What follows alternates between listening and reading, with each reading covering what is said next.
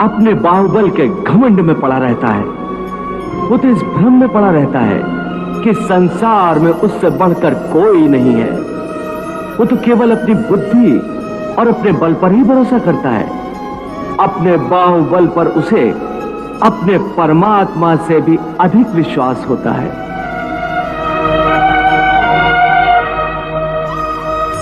अपने रास्ते से भटके हुए मनुष्य की सहायता के लिए आखिर तुम उससे क्या चाहते हो?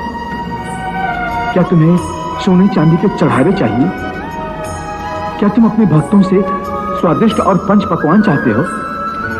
मैं मनुष्य से एक श्रद्धा के अतिरिक्त कुछ नहीं चाहता, कुछ नहीं मांगता। वो मेरे प्रति बड़े बड़े चढ़ावे न चढ़ाए। सोना, चांदी, घी, चंदन और पकवान के चढ़ावे मुझे नहीं चाहिए।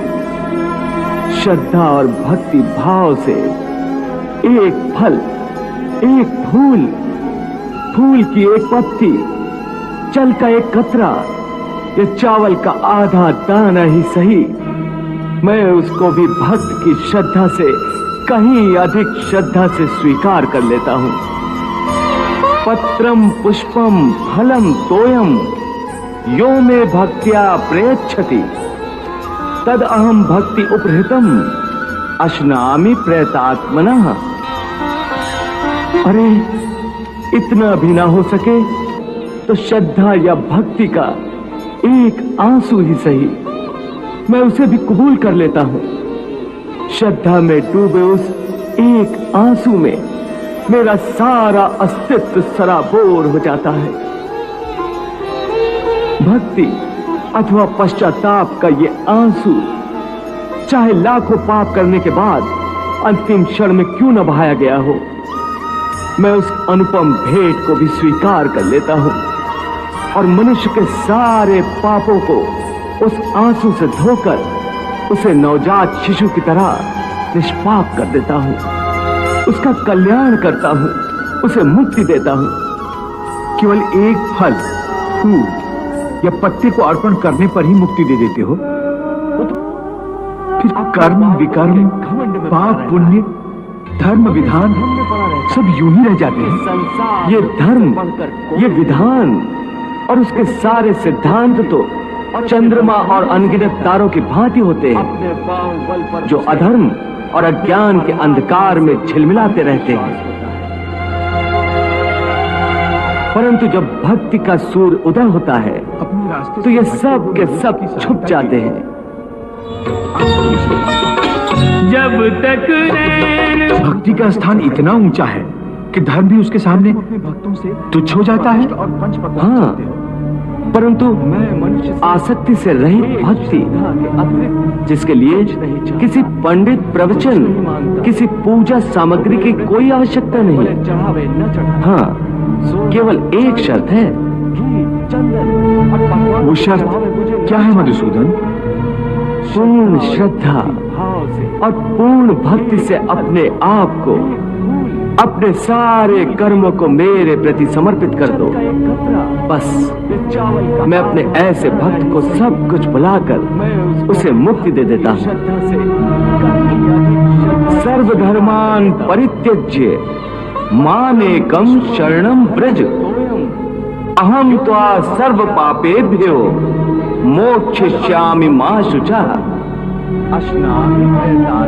वाह प्रभु, वाह। भगवान, प्रभु ने आज कितनी भावुकता से अपने प्रभुत्व की विशालता और उदारता का रूप अर्जुन के माध्यम से सारे संसार को दिखा दिया है। हाँ देवी, प्रभु के ये अमृत वचन सारी मानव जाति के कल्याण के लिए है। भगवान श्री कृष्ण ने मनुष्य के कल्याण और मोक्ष के सारे रास्ते दिखा दिए, जिन्हें अपनाकर ज्ञानी, ध्यानी मोक्ष प्राप्त कर सकते हैं। और अंत में साधारण से साधारण मनुष्य की आसानी के लिए सबसे सहल और आसान रास्ता भी बता दिया, भक्ति का रास्ता। हे अर्जुन, भक्ति का स्थान इतना ऊंचा है कि अपने सच्चे भक्तों की मैं स्वयं भक्ति करता हूँ। ये क्या कह रहे हो मधुसूदन? भला परमात्मा होकर तुम किसी भक्त की भक्ति कैसे कर सकते हो? यदि परमात्मा भी भक्त हो गया और उसके सारे तो फिर दोनों में क्या अंतर रह जाएगा? यही अंतर तो मिटाना चाहता हूं मैं। भक्ति, भक्त और भगवान के बीच कोई सीमा रेखा नहीं खिंचती। भक्ति तो भगवान और भक्त के बीच एक पवित्र रिश्ता है। जैसे प्रेम किसी प्रेमिका और उसके प्रेमी को एक बंधन में बांधकर एक कर देता है, उसी प्रकार भक्त के द्वारा भक्त अपने भगवान में तथा भगवान अपने भक्त में समा जाते हैं। दोनों एक रूप हो जाते हैं। हे भोलेनाथ, इन अमृत वचनों की रिमझिम वर्षा में तो तन मन ऐसे भीज गया है कि मैं तो तृप्त हो गई हूँ। देवी, आप तो केवल इन अमृत वचनों की वर्षा में भीज गई हैं, परंतु उधर अर्जुन को देखो। भक्ति से अपने आप अपने सारे कर्मों को मेरे प्रति समर्पित। इस अमृत वर्षा में तो बस उसका पूरा अस्तित्व, उसकी आत्मा तक ऐसे बदल गई है जैसे वर्षा के पश्चात धरती हरा जोड़ा पहनकर दुल्हन बन जाती है। ज्ञान की गंगा में स्नान करके अर्जुन सबसे अधिक निहाल हो गया है। हे भक्त वत्सल, हे भक्तों के भक्त, हे देवताओं के देवता, हे योगेश्वर, हे ब्रह्मांड नायक, भावुकता से अपने आपने मुझ अज्ञानी को, पाप के भागी को अर्जुन के माध्यम अपनी कृपा से जो ब्रह्म ज्ञान प्रदान किया है, मुझे अज्ञान के अंधकार से ज्ञान के प्रकाश में ला खड़ा किया है। सारी मानव जाति के इसके लिए मैं आपका आभारी हूँ। इतना आभारी कि यदि मैं लाखों वर्षों तक भी आपके श्री चरणों में माथा टेके रखूं और अपनी आंखों से आंसू बहा बहा कर सैकड़ों विशाल समुद्र भर दूं, मोक्ष प्राप्त कर सकते हैं, तब भी इस उपकार को चुका नहीं सकूंगा। साधारण से साधारण मनुष्य की आसानी के इस लिए परम को अपनी तथा आध्यात्मिक विद्या दान के लिए रास्ता भी बता दिया। आपका कोटि कोटि धन्यवाद। रास्ता हे अर्जुन, भक्ति का आपकी इस परम ज्ञान के आगे मैं अपना माथा टेकता हूँ अपने सच्चे भक्तों की मैं स्वयं भक्ति और अपनी भ्रष्ट बुद्धि, अपनी हर इच्छा, अपनी हर आशा और अपनी हर कामना के साथ मैं अपने आप को, अपने तन मन को आपको समर्पित करता हूँ। यही अंतर तो मिटाना चाहता हूँ मैं। ये सब कुछ आपकी ही दया का दान था और भगवान के बीच जो मैं आपके श्री चरणों में रखता हूँ। नहीं खिंचती। भक्ति तो भगवान और अज्ञान के मारे बीच आपको केवल एक मनुष्य समझकर, मैंने आपको अपना सखा और मित्र समझकर प्रेमी को एक जाने अनजाने में जो भी भूल की हो, उसी प्रकार भक्त के द्वारा भक्त अपने आपकी गरिमा भगवान को में धक्का पहुंचाया हो, तथा भगवान अपने भक्त तो उसके लिए हे दया सागर, आप मुझे क्षमा कर दीजिए हे भोलेनाथ, और मेरे विनम्र समर्पण को स्वीकार करके रिमझिम वर्षा में तो अनुग्रहित ऐसे कीजिए। भीज गया है कि मैं तो तृप्त हो गई हूँ। देवी, आप तो केवल इन अमृत वचनों की वर्षा में भीज गई हैं, परंतु उधर अर्जुन को देखो। हे अर्जुन, देखो इन आंसुओं को।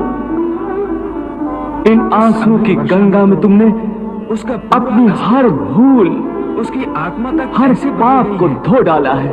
जैसे वर्षा के अब पश्चात तुम निष्पाप हो गए हो। धरती हरा जोड़ा पहनकर दुल्हन बन जाती है। ज्ञान के गंगा तुम्हारे में स्नान विवेक ने अर्जुन सबसे तुम्हारी अधिक आत्मा से हो गया है। पापों का बोझ उतार दिया है। हाँ प्रभु, आपके ज्ञान की दिव्य अग्नि में मेरा मन, मेरी बुद्धि, मेरा ज्ञान तथा मेरा अहंकार सब कुछ जलकर राख हो गया है। आपके भागी अपनी कृपा से जो ब्रह्म ज्ञान, मेरी आत्मा से सारा बोझ उतर गया है।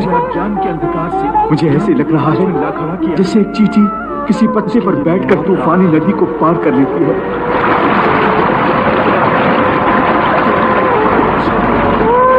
उसी प्रकार मैं आपके करुणा रूपी कमल पत्र पर बैठकर इस विशाल भव सागर के ऊपर तैर रहा हूँ। तभी सुपाप को चुका नहीं सकूंगा। जिस प्रकार अंत समय एक मृतक शरीर आत्मा से दूर हो जाता है, उसी प्रकार इस समय मेरी सब आसक्तियां, सब आशाएं, समस्त कामनाएं मुझसे दूर चली गई और मैं प्रकाश की एक किरण की भांति हल्का हो गया हूँ।